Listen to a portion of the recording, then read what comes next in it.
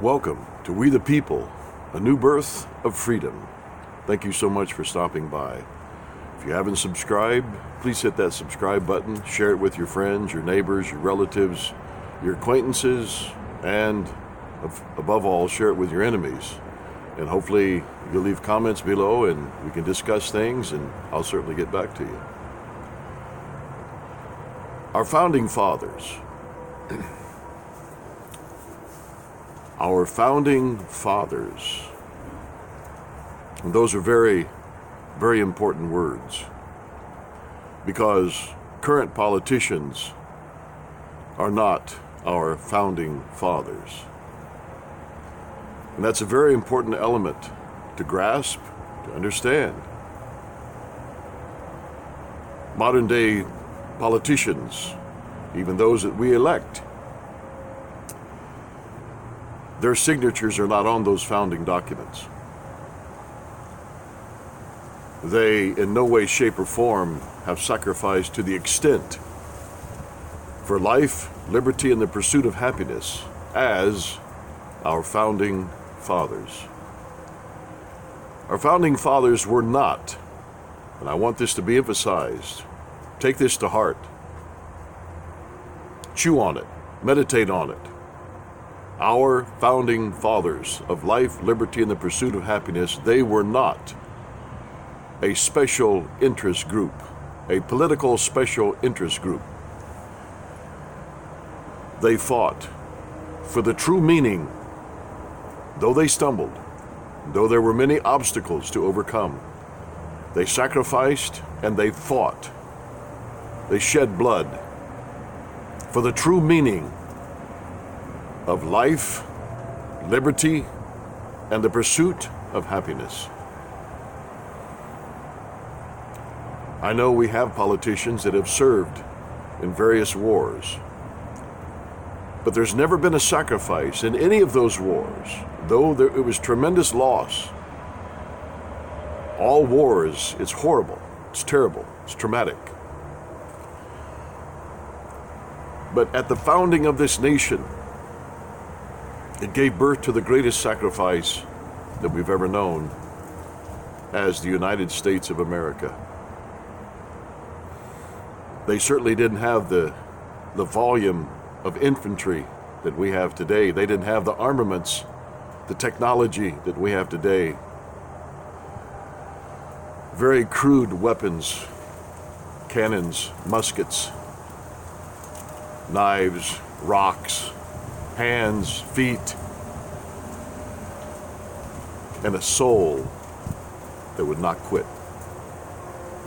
until life, liberty, and the pursuit of happiness was birthed in this nation that's called the United States of America. 13 initial colonies. So they're not just some political, off-the-cuff, self-serving special interest group. They're not lobbying for some political favor. I guess in the truest sense, they were activists, but not in the contemporary sense were they activists. Life, liberty, and the pursuit of happiness, you could say, caused them to activate. I'll use it in that context, caused them to activate a deep down desire to live free, to escape any form of tyranny, any form of totalitarianism, and establish independence, to establish and give birth to independence in the context of life, liberty, and the pursuit of happiness, and we will always include justice. Now, the King of Britain, he felt that his ideology of life, liberty, and the pursuit of happiness and justice was sufficient. But there were many restrictions. Many, many restrictions. There were religious groups at that time, Roman Catholics. Many of the Anglican churches felt that their freedom of religion was sufficient. But it wasn't. Because you had to believe what they believed. I mean, look at the Roman Catholic history. I know they've tried to, in various ways, various weak ways, apologize for slaughtering those that did not buy into their doctrines during those horrible, horrific years of martyrdom, where they tortured people that did not believe in the papal rule, the sovereign papal absolute rule of the Pope. Millions, according to history, lost their lives. You can even go back, well, you can go back a long ways, but you can go back to Martin Luther.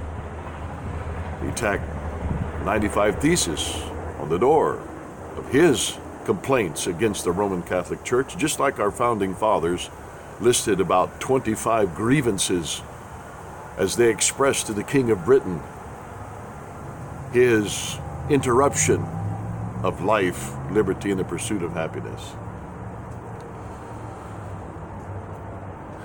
So I want to emphasize in this short video, key words in our founding documents are glossed over. They're completely ignored for the most part. I'm waiting for politicians to raise up and begin to re-emphasize our foundation. I want you to tell me what tribunal is able to orchestrate the miracle of childbirth. What Supreme Court is able to orchestrate the miracle of childbirth, life that comes forth between a sperm and an egg? What Supreme Court is able to create that? What political party is able to create life out of a sperm and an egg? What earthly government, what tyrant, what king, what monarch, what pharaoh, what president, what vice president, what congressman, what senator is able to create life out of a sperm and an egg? That's life. Our founding fathers tapped into the truth of life. Life does not come by a political process. It's by a creative process, a higher power, which they referred to as nature's God and their creator, because they were deists. They believed in a creator. They were not students of Darwin. They were not students of just random selection. They believed in a creator that was able not only to take sperm and an egg and form another human life, but he created the sperm and he created the egg. What political process is able to define liberty? In the same way, you can't create life, you can't create liberty. Because as life is intrinsic inside of us, life begets life. We were born by life. Likewise, liberty is intrinsic inside of us. A political process cannot put it there. And our founding fathers only made us aware of what was actually there, inherent inside of us as human beings. Likewise, what political process has the authority to define our pursuit of happiness?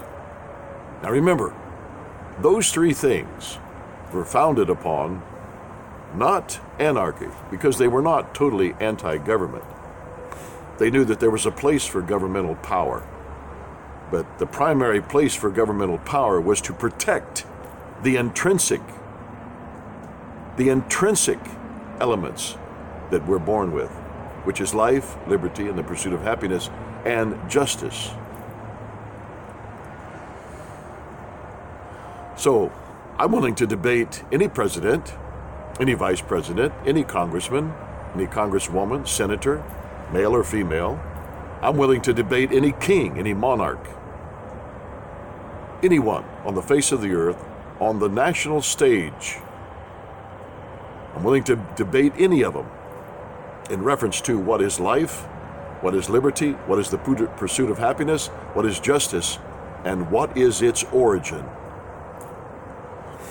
It does not come by political processes. It does not come by political legislation. Government is there to protect those things that we're born with. That is our birthright. It's our inheritance. It's the crown jewels of freedom. And to prosecute those that violate it. That's what government is for. And of course, to keep our shores safe from any foreign intrusion. Outside of that, government doesn't have much purpose when it comes to our freedom. And I'm waiting for some man, woman that has a backbone, that is a true American patriot, to stand up and be able to teach these things, to be able to stand firm on these things, regardless of popular vote, regardless of what the media has to say. And if we have anything to propagate, it is freedom for ourselves, liberty for ourselves and our posterity. And it's not defined by political legislation. It is inherent within us. It's for ourselves and our posterity, future generations. It's moral genetics. It's moral genetics. It's moral truth. It's moral truths that are self-evident, that's inalienable. You take life out of our body, we're dead. You take liberty out of our body, we're dead. You take our pursuit of happiness out of us, we're dead.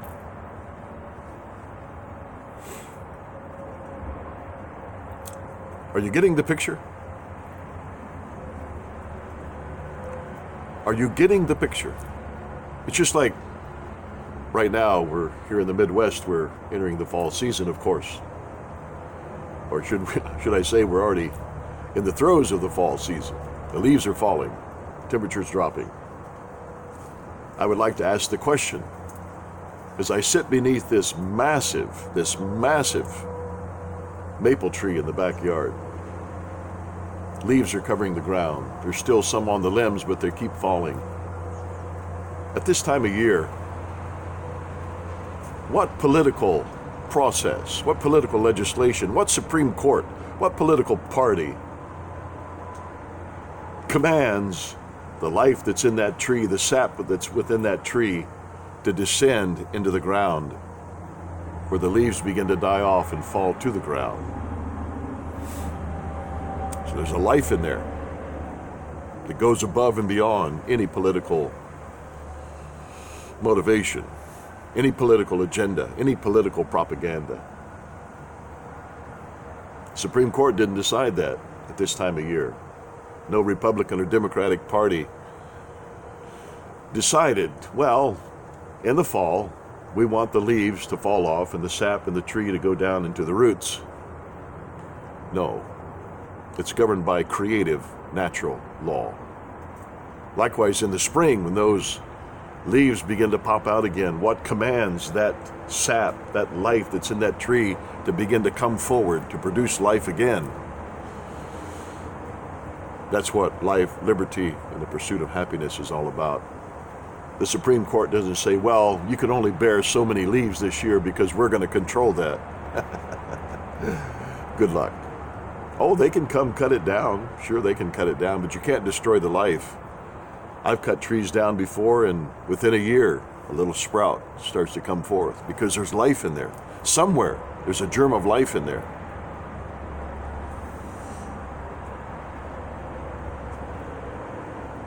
They can try to take life, liberty, and the pursuit of happiness away, but there will always be a sprout come forth. A germ of life will produce it again. Until next time, be a true American. and God bless you.